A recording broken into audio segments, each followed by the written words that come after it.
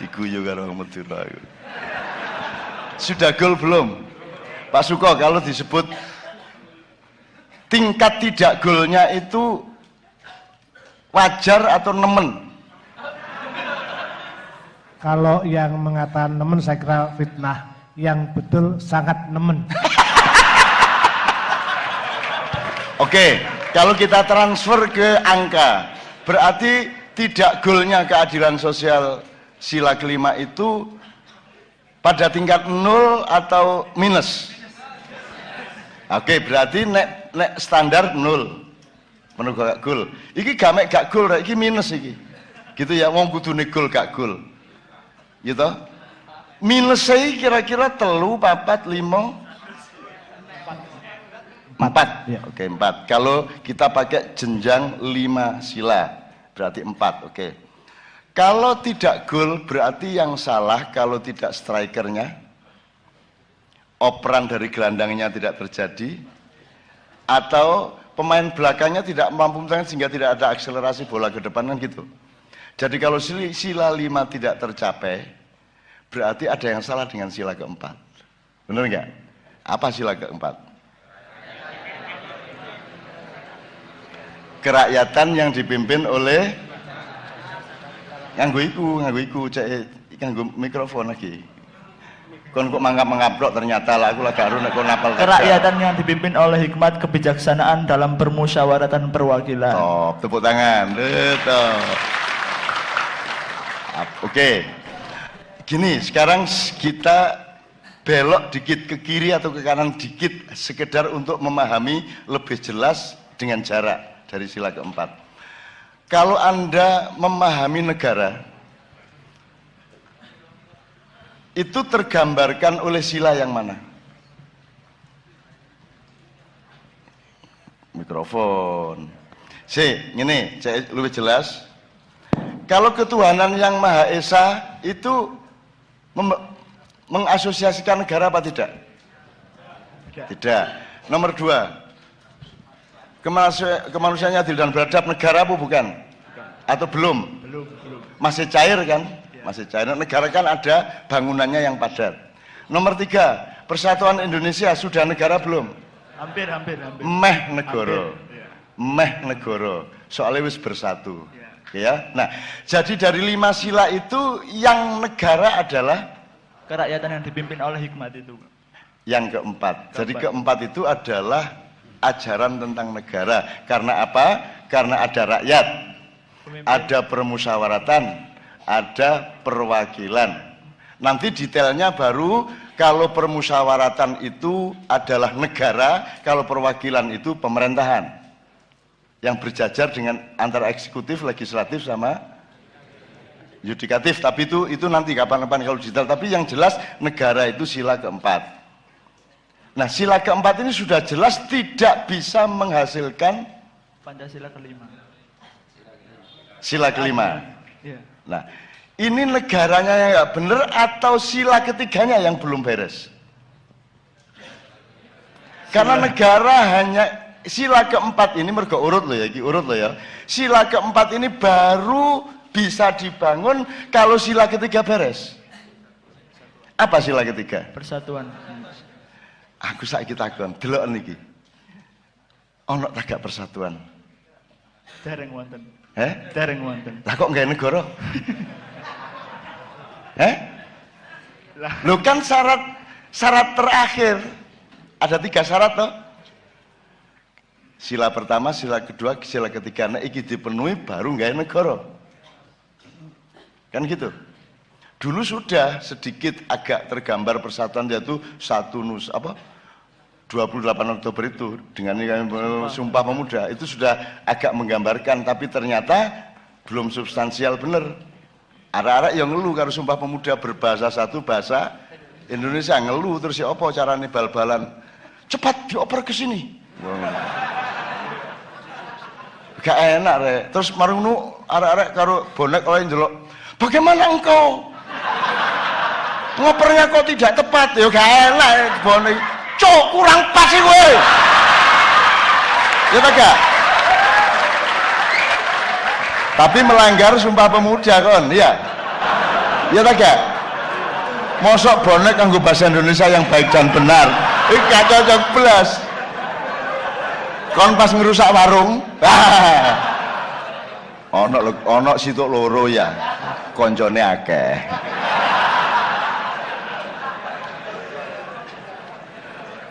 Jadi Sumpah Pemuda itu yang nggak mateng.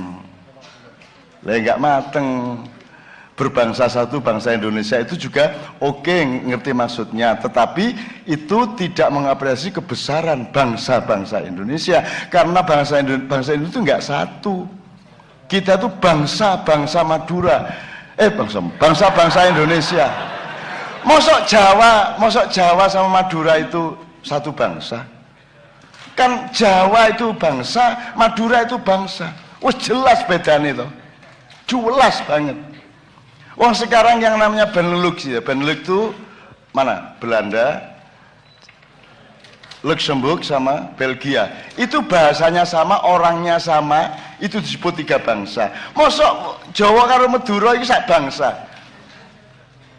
Gurung meneh Lombok, Bali, ya, Bugis, itu adalah bangsa-bangsa. Jadi yang tepat itu adalah United Nation of Indonesia.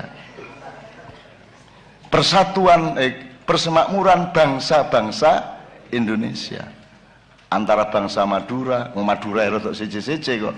Ono Madura Bangkalan, ono Madura Sumenep ya toh. Nek di Bangkalan itu kerasnya gak karu-karuan, nek Sumenep halusnya gak karu-karuan. Sumenep itu sampai Bupati Sumenep itu zaman biyen gak saiki.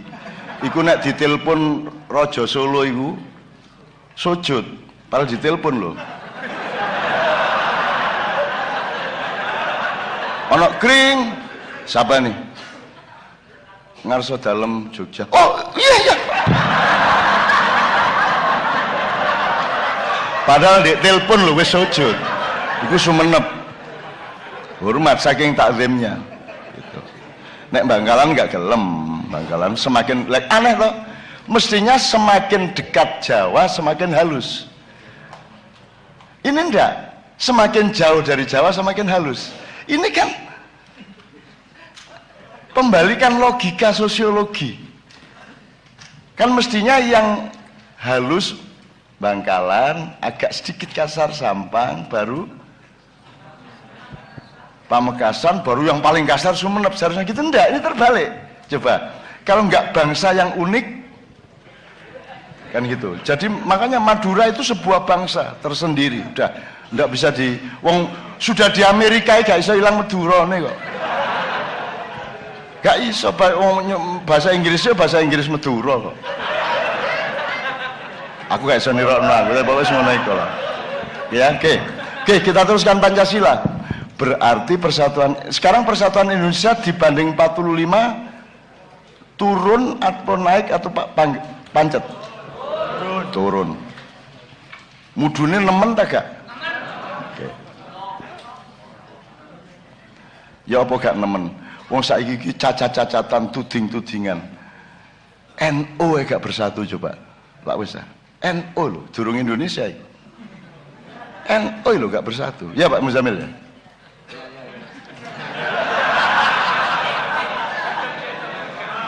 Dan Hadratus Syekh memberi waktu 2-3 tahun batasnya, harus NU menjadi bersatu kembali. Hadratus Syekh Hasyim Asy'ari almarhum memberi batas. Beliau kirim surat dari alam barzah. Lu serius. Perkara metode teknologisnya monggo, tidak ada masalah, tapi pokoknya intinya seperti itu. Batasnya 2-3 tahun. Nah, contoh tidak bersatunya ini kan tidak usah kita sebut ya. Presiden sama wakil presiden kompak enggak? Loh.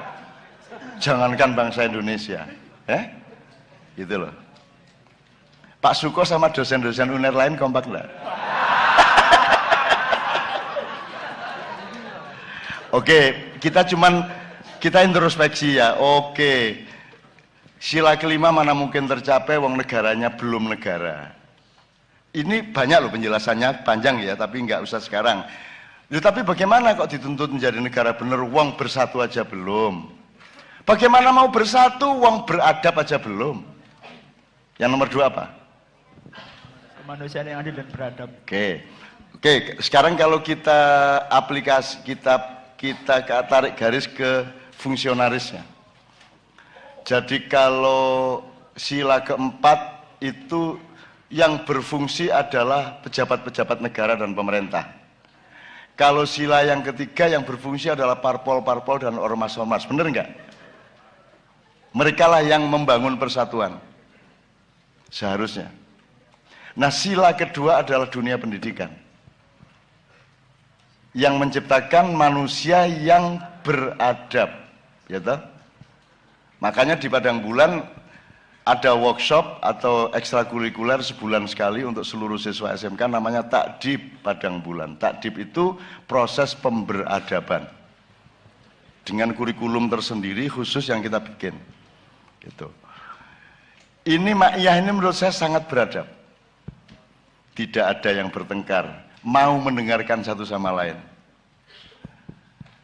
Tidak kaget oleh orang kayak apapun yang di panggung, betul toh?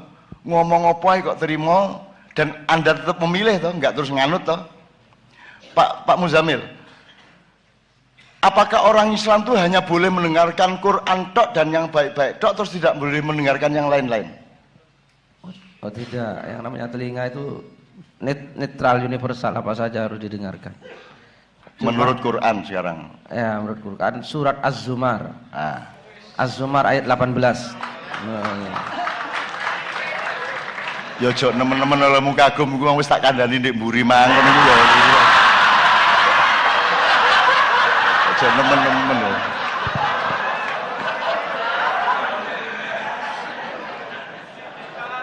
Jadi apa itu? Apa Pak Muzamil? Alladzina yastami'unal qaul ya. Fabashshir ibadil ladzina yastami'unal qaula fayattabi'una ahsana. Oke, betul. Tepuk tangan, tepuk tangan. Dek, ngono lho dadi wong Madura iki kaya iki lho ya. Ngono lho, apa ayat? Kon aja muring-muring tok ae kon. Ya.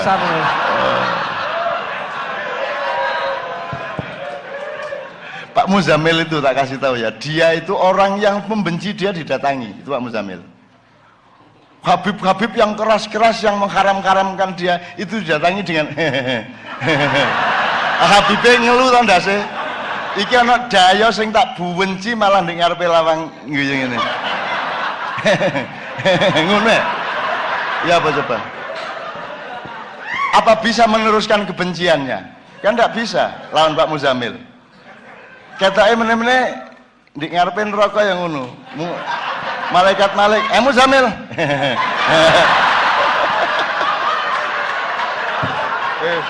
Akhirnya batal mlebu neraka akhirnya.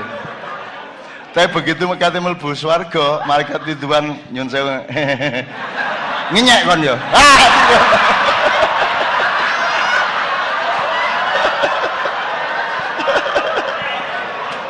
Oke. Fabashir ibadil ladzina yastami'unal qaula. Ma makna fabashir? Maka berilah kabar gembira. Gembirakanlah. Iya. Ya, gembirakanlah. Teman-teman sekalian, tolong diingat-ingat terus bahwa Allah memberikan ajaran-ajarannya itu nomor satu untuk mengembirakanmu. Jadi kalau orang Islam menjalani Islam tidak keluar kegembiraannya, berarti ada yang salah. Mbuh beke, mbuh kipere, mbuh apane mesti ono sing salah itu. Mulane kan Anda gembira pol di sini toh. Pol gembiranya. Bahwa ada meso, ada macam-macam itu cara saya untuk menghalangi Anda jangan sampai mensekte-sektekan saya, mengkultus-kultuskan saya, memberhalakan saya. Semakin saya ngomong buruk, semakin Anda batal mengkultuskan saya, betul enggak? Jadi saya menyelamatkan Anda semua dari kesyirikan. Jadi mesohku itu bermanfaat untuk menghalangi Anda menyembah berhala. Semakin akeh misuwe semakin dhuwur ganjarane. Ngono kira-kira. Jarno cek bingung kiai-kiai iki. Nek gak gembira gaya apa kon mlebu Islam iku sembayang betutut ae. Jalo, seperti yang pertanyaan tadi ya. Kok minta aja gitu. Anda masuk surga aku ngerti saiki ketoke. Apa sebab kabeh kepingin swarga terus dipamerno kalau ini masuk surga, ini masuk surga, ngono toh? Aku roh itu psikologi ini karena Anda merasa miskin di dunia. Terus mesti gambarno swarga mesti omahku apik, duwe pesawat pribadi, bojone 2.500 ayu-ayu, ngono. Jadi sebenarnya kan bisa jadi keinginan masuk surga itu adalah aspirasi materialismenya manusia karena membayangkan surga itu materi, kan begitu, betul enggak? Ayo, mulane aku kan tidak menganjurkan Anda masuk surga. Yang saya anjurkan adalah ridhoilah semua ketentuan Allah, insya Allah engkau akan mendapat ridho Allah dan otomatis dilebokno swarga. Jadi bukan goalnya adalah surga, goalnya adalah ridho Allah, efeknya surga. Ngono cara berpikirnya, ngono rek ya.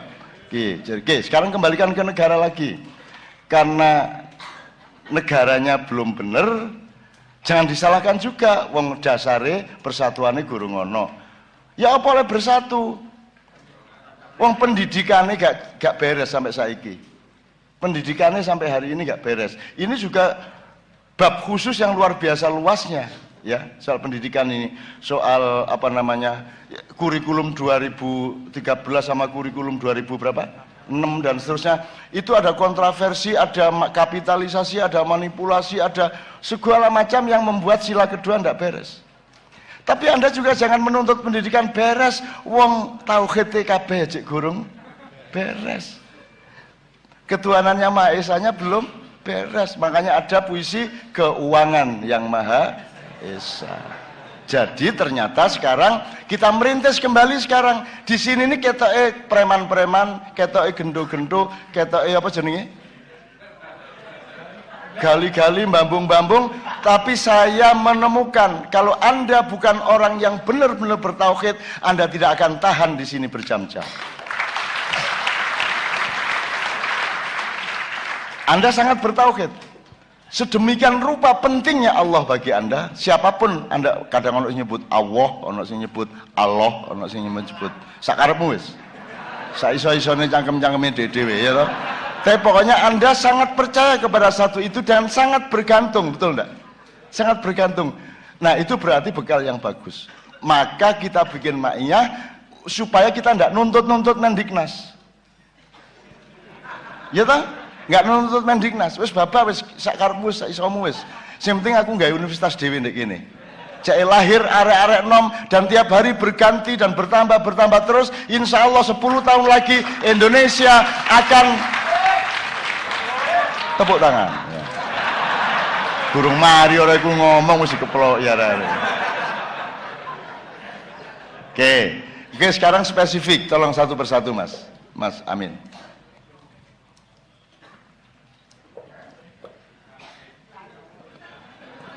Kadung di Oke, sekarang personalitas identitas sudah dijelaskan sama Sabrang toh. Personalitas adalah yang Allah ciptakan. Identitas adalah pengolahan Anda terhadap ciptaan itu.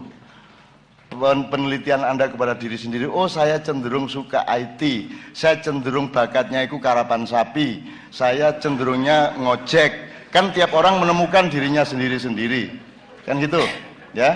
Bukan soal eksistensi itu kan apa namanya? Efek, popularitas itu efek, nggak usah diurus. Citra itu nggak usah diurus, kalau bisa dihilangkan kata citra. Pencitraan itu jangan dilakukan. Jaim, nggak usah. Pencitraan itu kan pemalsuan, ibarat bibir dibengesi. Wis jelas bibirnya dibengesi, sing dipercaya bengesi lah ngono sih. Wis saking gobloke wong. Wong nek dibengesi mesti lambene rada ireng. Dadi nek ana wong kene kandel itu petunjuk dan informasi yang sangat jelas bahwa lambene gak koyok bengesi lah ngono. Nah gitu ya. Jadi jangan pakai citip. Maksudnya identitas adalah akhlakmu bagaimana, prestasimu bagaimana, output dari kelakuanmu bagaimana. Jadi kalau akhlak itu adalah output dari hati nuranimu, kalau prestasi adalah output dari akal sehatmu yang terus mencari sesuatu yang baru. Nah, saiki Anda setelah Anda paham bedanya personalitas sama identitas, hilangkan dua kata itu. Sekarang konsentrasi untuk terus berpikir, mencari sesuatu yang baik, yang kreatif, lebih maju lagi, lebih maju lagi. Ini ya, Dek ya. Pertanyaannya tadi kan gitu kan? Apa? Gimana?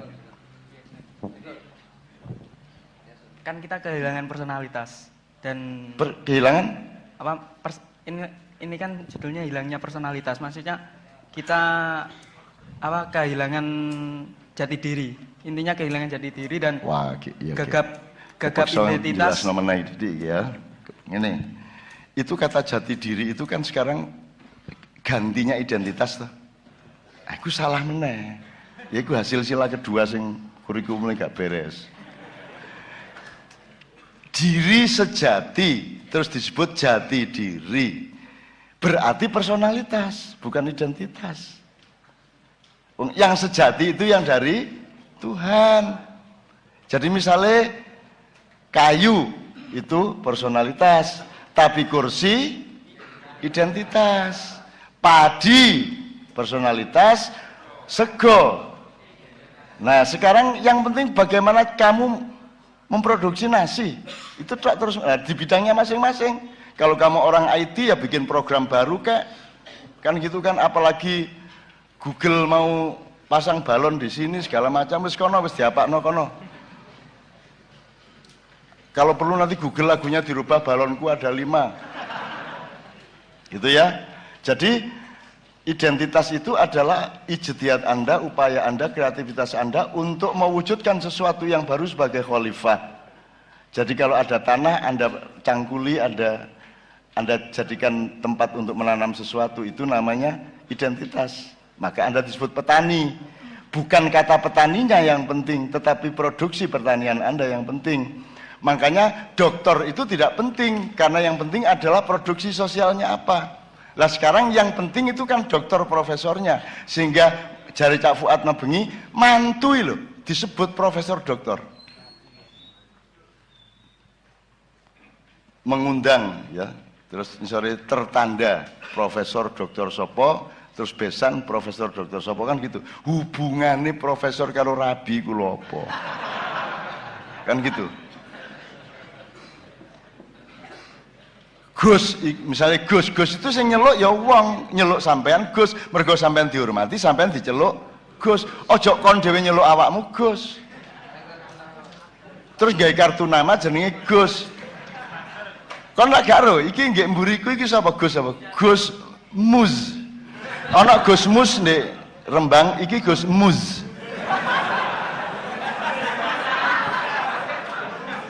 Jadi mulai malam ini panggil beliau Gus Muz. Halo Gus Muz. Muzammil ya. Nek Mustafa kan Gus Mus. Kalau ini Muzammil Gus Muz. Mesra toh? Gus Muz. Kadek kon kudu maju ndase Gus Muz.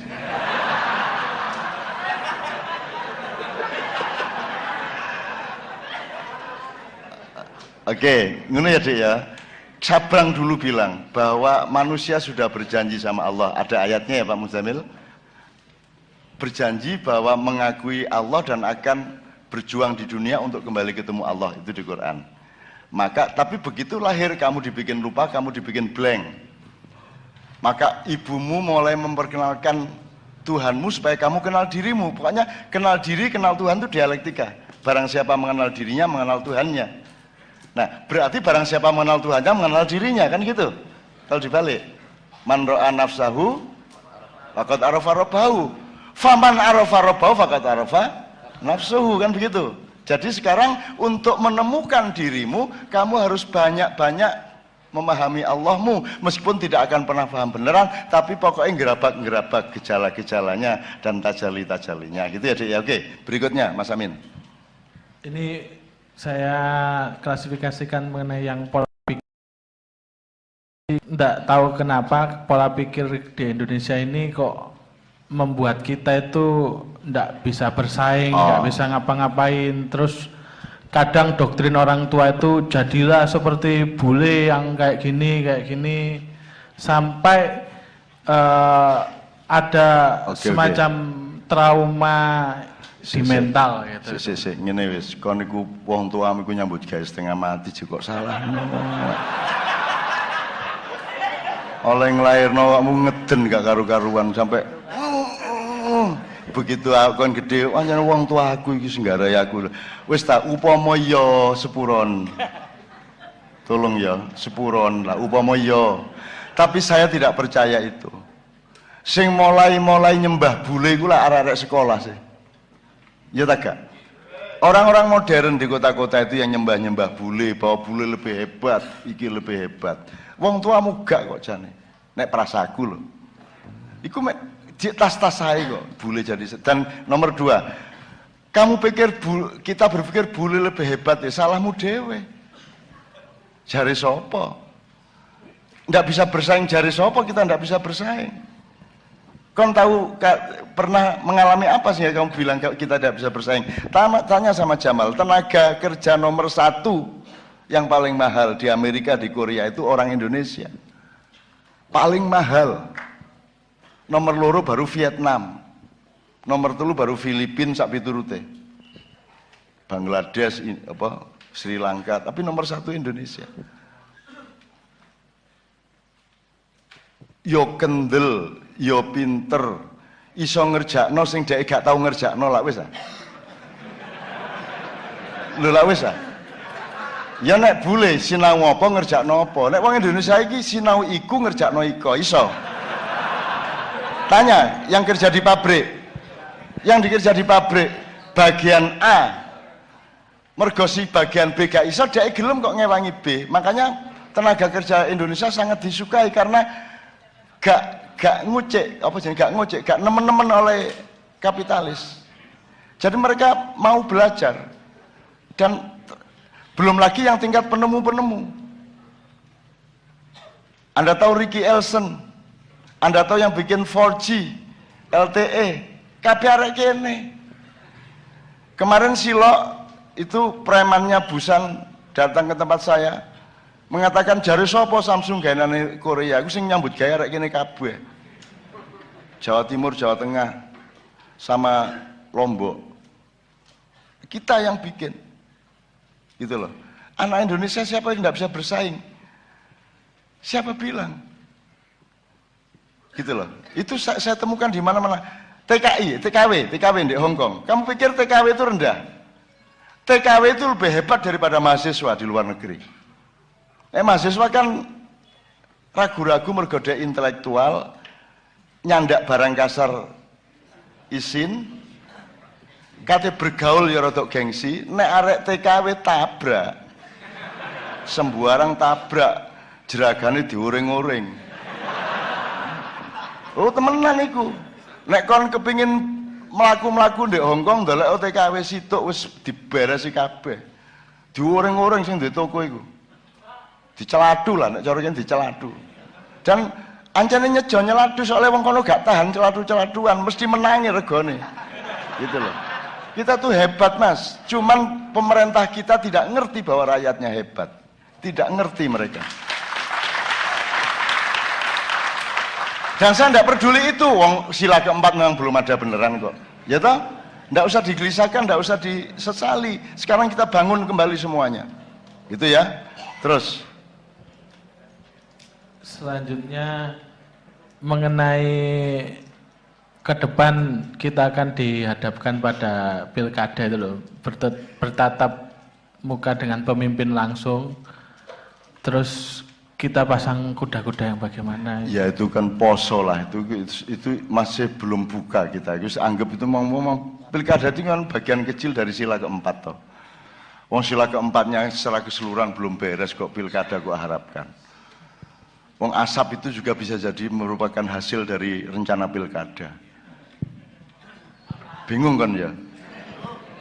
Apa hubungannya ngono toh? Enggak. Jadi asap bulan Oktober ini itu terjadi di seluruh dunia dan yang paling parah di Amerika, baru Kanada, kemudian Australia, baru di Indonesia. Indonesia bukan yang paling parah. Cuman bedanya kalau di Amerika dan lain ku kobong, Nek di Indonesia ono sing kobong, ono sing diobong. Nah, apa kok diobong? Siji, ada sejumlah perusahaan atau korporasi yang menghemat tenaga dan shortcut untuk bisa segera tanam tanpa peduli kepada lingkungan hidup dan apapun yang lainnya. Nomor dua, karena semakin banyak asap akan mempojokkan pemerintah pusat untuk menyatakan ini adalah bencana nasional. Kalau ini bencana nasional berarti akan ada uang yang dicairkan dari APBN untuk diberikan kepada daerah yang bersangkutan, dan siapakah yang akan menerima uang-uang itu? Ialah komunitas orang-orang yang ikut pilkada, kan gitu, Rek. Jadi salah satu tujuan hutan dibakar itu supaya uang dari Jakarta turun sehingga bisa diroyok untuk biaya pilkada. Itu salah satu kemungkinan dari beberapa. Yang keempat adalah ini tahap kesekian dari adu domba. Ada apapun Anda akan diadu domba, akan dibikin kepepet. Indonesia tidak pernah boleh beres, harus bertengkar satu sama lain. Ini kemarin tadi malam di Padang Bulan saya bacakan 12 bidang peperangan yang sedang berlangsung di dunia, dan salah satunya adalah perang lingkungan hidup atau perang SDA, ya. Makanya nanti cari bahannya di media-media tentang yang tadi malam. Nah, kita misalnya Anda benci siapapun, itu hasil adu domba. Karena dulu Anda diadu domba dengan teman-teman Kristen, akhirnya berhasil sedikit tapi tidak tuntas bagaimana yang direncanakan di Ambon dan di Poso. Akhirnya ternyata nggak efektif. Islam lawan Kristen, yang efektif adalah Islam lawan Islam. Kan gitu. Nah, Anda semua ikut seneng diadu domba karena memang Anda adalah domba. Loh iya, kan semua nabi kan angon wedhus.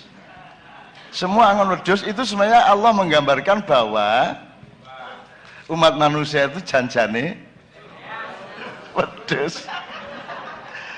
Loh temen loh, sejak Nabi Nuh sampai Nabi Muhammad angon wedhus kabeh lho, Rek. Angon wedhus kabeh itu sebenarnya diam-diam Allah menginformasikan wis tarek iki wedhus kabeh arek iki. Semulane kon gak sabar-sabar. Loh, ini interpretasi ringan-ringan lah ya.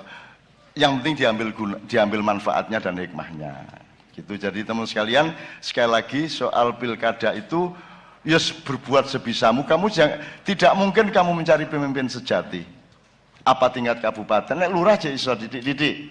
Tapi kalau tingkat kabupaten ke atas, apalagi presiden, Anda tidak akan mendapatkan pemimpin. Apalagi di luar sila kedua itu ada situasi kebudayaan di mana karena sila pertamanya tidak jalan, maka semua kebanyakan penduduk Indonesia adalah penyembah Lata dan Uzza. Maksudnya apa kok penyembah Lata dan Uzza? Saya mendapat keterangan dari Cak Fuad di Padang Bulan, kan ada 2 berhala, sebenarnya 3, Lata, Uzza, dan Manat. Tapi kemudian yang populer di dunia Arab adalah Lata dan Uzza. Lata adalah patung yang menggambarkan tokoh-tokoh di masa lalu yang hebat-hebat, yang orang kagum. Kemudian dipatungkan, terus didelok-delok, disawang-sawang, disembah-sembah. Jadi itu tokoh dari masa silam. Kalau Uzza, tokoh-tokoh imajinatif, tokoh-tokoh khayalan, Naruto. Siapa meneh? Sembuh sapa lah pokoknya, Spiderman gitu. Siapapun lah. Bahkan secara tradisional kita punya Garut Koco, kita punya macam-macam. Pokoknya kalau Lata itu adalah tokoh masa silam yang dipatungkan, diberhalakan, kalau Uzza adalah tokoh khayalan. Oke. Tokoh yang sekarang hidup, yang benar-benar orang baik, yang benar-benar nasionalis, yang benar-benar patriot, yang benar-benar pecinta rakyat tidak akan pernah diakui karena mereka hanya kenal 2, yaitu Lata dan Uzza. Yang ketiga mereka tidak kenal. Jadi jangan berharap Ma'iyah akan diakui oleh Republik Indonesia karena Anda bukan Lata, Anda bukan Uzza. Jadi jangan menyesal. Kalau Anda tidak diakui, jangan menyesal kalau Anda tidak bisa berbuat apa-apa di Indonesia. Tapi jangan terus dipikir pasti tidak bisa berbuat apa-apa. Kalaupun Anda tidak bisa mengatasi Indonesia, minimum Anda sudah mendapatkan ma'iyah di dalam dirimu, hidupmu menjadi lebih tenang, hidupmu menjadi progresif, pikiranmu menjadi lebih cerdas. Sudah badi tawakmu. Delokan wong sakno kae iki wis melarat, sekolah gak bener gak duwe ma'iyah pisan. Lah kamu lah lumayan. Masih tukang ngojek lak ma'iyah aku rek. Ngono to. Wong gak ma'iyah gak gaul kan niku. Ngono. Tapi jangan disangka bahwa kalau sekarang kita tidak mampu berbuat apa-apa itu lantas benar-benar tidak mampu. Tidak. Teruskan saja. Nanti akan ada waktu, akan ada zaman, dan akan ada takdir, ada kudroh, segala macam yang akan berperan. Karena pekerja di alam semesta dan kehidupan ini bukan hanya manusia. Jin ya bekerja, malaikat ya bekerja, alam yang bekerja, ruang ya bekerja, cuaca ya bekerja, waktu juga bekerja. Jangan dipikir Anda sendirian bekerja. Jangan dipikir cuma manusia yang bisa mengatasi Indonesia. Banyak sekali yang ikut mengatasi Indonesia, dan saya tidak yakin Indonesia akan hancur. Tidak mungkin Indonesia hancur. Tidak akan banyak yang marah dari penduduk langit kalau Indonesia hancur. Karena mereka menyaksikan hampir setiap hari di banyak tempat anak-anak muda dengan hati yang tulus, dengan semangat cinta yang luar biasa berkumpul sampai jam 4 pagi. Tidak minta apa-apa, gitu? Tidak nuntut apa-apa. Mereka ingin memberi kepada Indonesia, benar nggak? Makanya saya di Padang Bulan Salam tak ulang dikit aja. Cara berpikirnya Pak Muzamil sudah menjelaskan belum tadi? Cara berpikirnya, karena Pak Muzamil menjelaskannya sangat bagus, sangat bagus. Nanti kalau ada waktu beliau meluruskan. Kan saya, teman-teman maknya saya bilang gini, untuk bulan Oktober ini tolong belajar dari kalimat saya di buku tahun 78, Indonesia bagian dari desa saya. Itu cara berpikir ke dalam, bukan cara berpikir keluar. Nah, desa saya bisa kamu ganti dirimu, maknya, keluargamu, dan seterusnya. Logikanya begini, tapi ini cara berpikir dalam dirimu loh. Bukan kok secara teritorial Indonesia bagian dari Ma'iyah, ya enggak, berarti Ma'iyah ASEAN, no. Enggak, itu bukan cara berpikir fisik, itu cara berpikir psikologis. Di dalam dirimu, Indonesia adalah bagian dari dirimu. Maka gini, kalau kamu bagian dari Indonesia, maka kamu selalu akan minta bagian kepada Indonesia, dan kamu akan menuntut-nuntut bagian dari Indonesia. Wong yo gak oleh selama iki, ya toh? Mending kamu balik, Indonesia adalah bagian dari dirimu, sehingga nalurimu adalah ingin menyumbang, ingin bersedekah, ingin memberi terus-menerus kepada Indonesia. Ngono lho rek. Dan itulah kegembiraan Ma'iyah. Kita bergembira karena kita memberi terus. Ini apa bukan sedekah untuk Indonesia ini? Berapa tahun nih Bang Wetan? 9 tahun Anda bersedekah kepada Indonesia, mengisi kekosongan pendidikan yang Depdiknas tidak bisa mengisinya. Ini sedekah luar biasa, dan Anda harus bergembira karena Anda bersedekah. Nah sekarang saya tanya, loh tapi kan Ma'iyah tidak bisa berbuat apa-apa untuk Indonesia. Loh kamu wajib, kamu punya kewajiban untuk memperbaiki Indonesia. Kamu pikir nanti kamu mati terus di kuburan mungkin gitu kok Indonesia kok jarno kok ngono ya apa karepmu? Ngono. Ditakoni tak gak di akhirat? Lah iya. Loh tapi apakah tidak punya nasionalisme? Jangan ngomong nasionalisme, aku cinta lebih dari nasionalisme.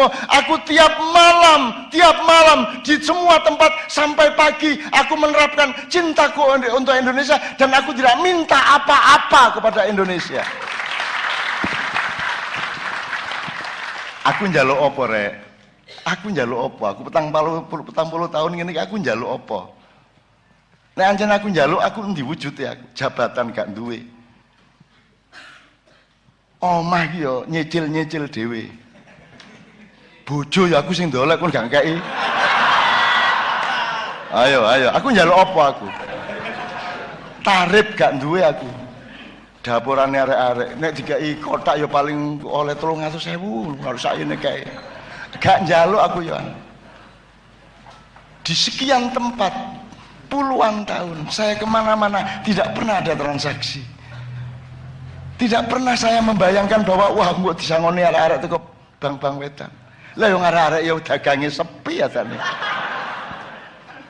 iki asat kabeh saiki iki ya tega gitu loh teman-teman sekalian. Jadi Anda harus bergembira karena Anda bersedekah, Anda gagah kepada Indonesia gitu loh. Suatu hari karena Anda jelas orang yang bersedekah, suatu hari Anda akan dipercaya oleh langit dan bumi, oleh rakyat dan Tuhan bahwa Anda adalah orang yang paling cocok untuk memimpin Indonesia. Ngono lho Rek. Gitu ya kira-kira masih ono terus sih. Sebenarnya sih sudah diserempet-serempet, tinggal yang pahala menjadi tujuan ibadah sama apakah benar kita manusia itu. Apakah benar kita manusia? Karena kalau menurut Cak Nun tadi ini yang menyadur, kita harus tahu diri dan tahu malu lah. Kita kan jauh dari itu. Nah, kalau beliau memperlakukan dirinya hanya sebagai kuli Allah gitu.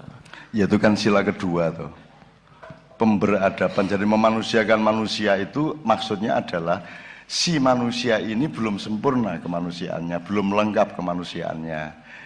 Itu gunanya pendidikan. Karena kalau Anda tidak terdidik, Anda tidak diberadabkan, wis nek gak percaya kon duwe anak dalan kandang wedhus.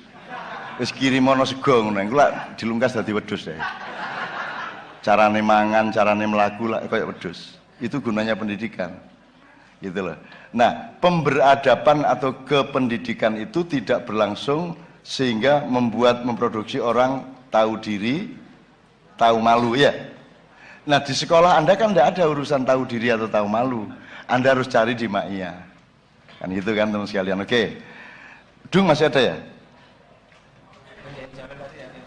Ah, sekarang yang Pak Muzamil sampai tambahi yang soal jam piro lagi? Oh, jam 3 ya. Pak Muzamil dikit enggak apa-apa untuk pelajaran berkeluarga, karena Pak Muzamil menjelaskannya tadi malam sangat bagus bahwa istri adalah bagian dari dirimu sehingga kamu selalu selalu memberi kepada istrimu. Istri juga begitu berpikir suami adalah bagian dari cintaku, maka aku akan ngasih dia meskipun tidak pernah diminta oleh dia. Monggo Mas, monggo Mas.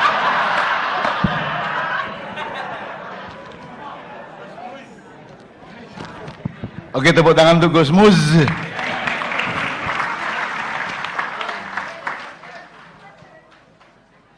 Jadi begini, tadi jangan menganggap kalau Cak Non minta Anda suruh panggil saya Gus Mus itu perintah. Itu ya.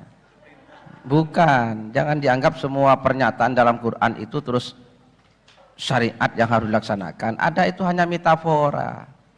Gitu ya. Itu bukan menyindir, bukan maksudnya saya dipanggil Gus Mus, tapi menyindir orang yang sering menjual identitas Gus. Jadi maka saya jangan dipanggil itu namanya sama dengan siapa mau mengkomersialkan saya ini namanya.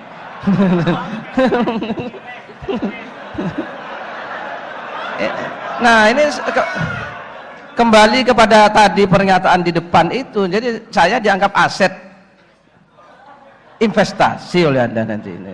Oke? Nah, terus, jadi begitu ya. Itu tidak sungguhan, jangan ya. Jangan sekali-kali memanggil saya itu. Gitu ya. Cukup ya panggil namanya saja. Gitu. Saya suruh menyampaikan apa tadi? Baik, terima kasih. Jadi begini. Saya tadi menyampaikan pola pikir. Pola pikir ini dahsyat gitu ya. Seperti pernyataan Cak Non itu Indonesia bagian dari desa saya. Ini jangan hanya persoalan Indonesia, persoalan desa, tapi ini juga bisa Anda pakai dalam semua hal dalam Anda memandang dan menyikapi sesuatu. Gitu loh ya. Jadi Anda orang yang berumah tangga gitu ya. Suami yang baik gitu ya. Dan suami yang akan bahagia hidupnya gitu ya. Itu kalau suami itu menganggap istrinya bagian dari dirinya. Gitu loh ya. Dan tidak pernah meminta kepada istrinya supaya dirinya ada dalam hati istrinya. Sehingga dia itu tidak pernah menuntut disayangi oleh istrinya. Oh, istriku, aku gak ada dalam hatimu. Tidak pernah seperti itu. Gitu. Sehingga selalu mengharap kasih sayangnya istri. Sehingga apa? Efeknya apa? Efeknya efek meminta kasih sayang, efeknya meminta perhatian. Maka akhirnya orang seperti ini tidak akan pernah bahagia hidupnya. Maka kalau ingin bahagia sebagai suami apa? Jangan menuntut ada dalam hati istrinya, tapi istrinya harus ada dalam hatimu. Sehingga kamu setiap hari adalah bagaimana membahagiakan istrimu. Karena istriku bagian dariku. Nah, itu loh. Itu loh. Itu akan dahsyat. Dan istri juga harus seperti itu, gitu ya. Jangan terus, Mas, tolong di SMS suaminya di kantor, Mas Suko, jangan lupa istrimu di rumah. Nah, akhirnya ini Mas Suko sedang apa ya? Jangan-jangan Mas Suko ini kemaiyahan apa kemana? Nah, itu ya. Akhirnya nggak bisa tidur di rumah karena selalu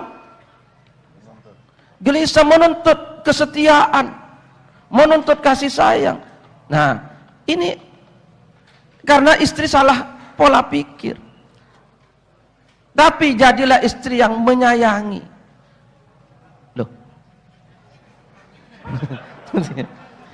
Menyayangi. Oh, bukan matahari. Baik, oke. Yang menyayangi suaminya.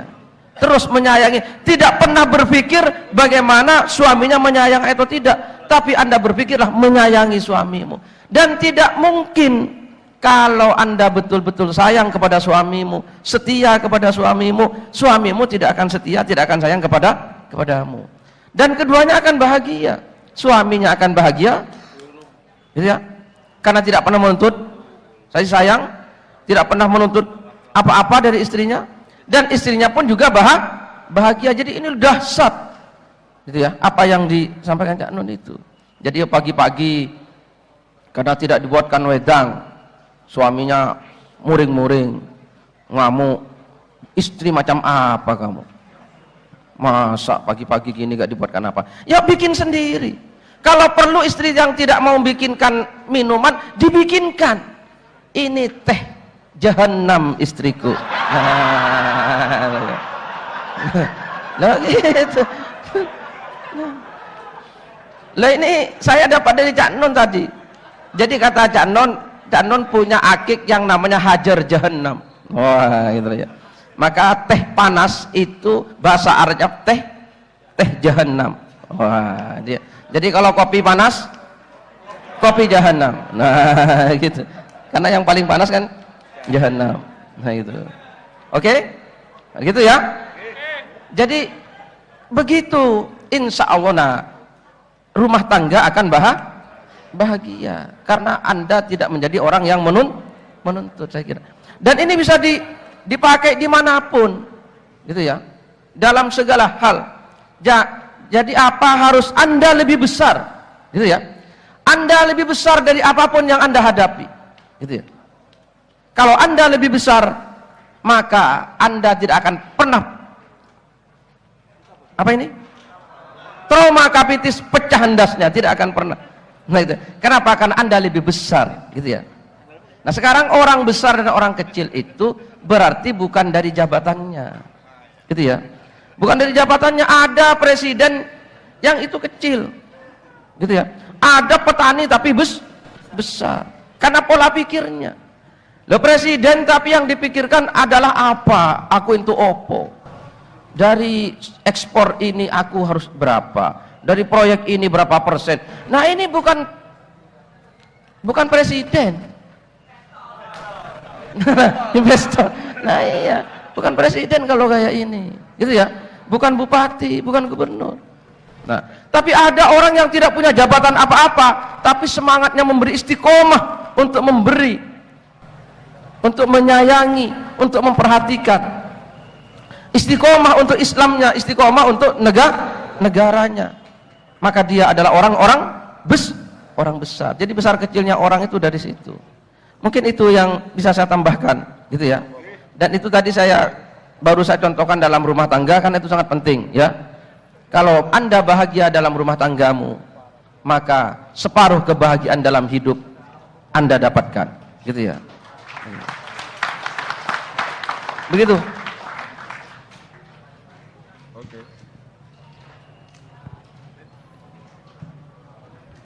Monggo Cak Non. Oke, teman-teman sekalian, saya mohon maaf kalau di tengah asap alam pikiran dan asap hati, asap kegalauan nasional ini, kadang-kadang kita juga ikut gugup, ikut tidak tertata, ikut kurang berirama, dan seterusnya. Tapi kembalilah kepada niat kita bersama-sama yang insya Allah suci, yang insya Allah penuh cinta, dan punya harapan yang sebesar-besarnya kepada Allah agar menuntun kita, mendidik anak-anak kita, cucu-cucu kita, sehingga suatu hari sila keempat akan benar-benar kita capai, sehingga produknya adalah sila kelima. Amin ya rabbal alamin. Sekarang kita berdiri bersama-sama.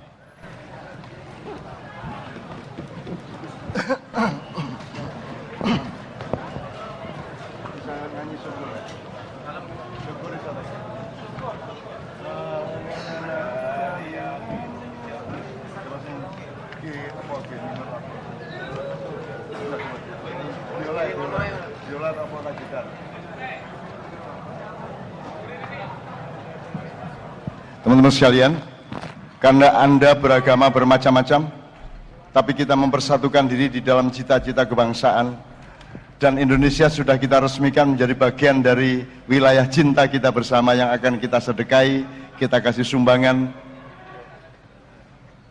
supaya Allah nanti juga tidak minta bagian dari kita, tapi akan memberi bagian sebanyak-banyaknya kepada kita. Amin ya rabbal alamin. Kita nyanyikan syukur bersama-sama. Mohon izin. Syukur itu ciptaan Habib Muntahar. Sebagaimana banyak lagu-lagu ciptaan dari Surabaya Utara, yaitu Habib Assegaf yang dikenal sebagai Al-Qadir di Surabaya. Oke, ini Habib Muntahar pernah menjadi duta besar Indonesia di Italia. Lagunya sangat kita sukai dan sangat khusyuk. Kita mohon bersama-sama.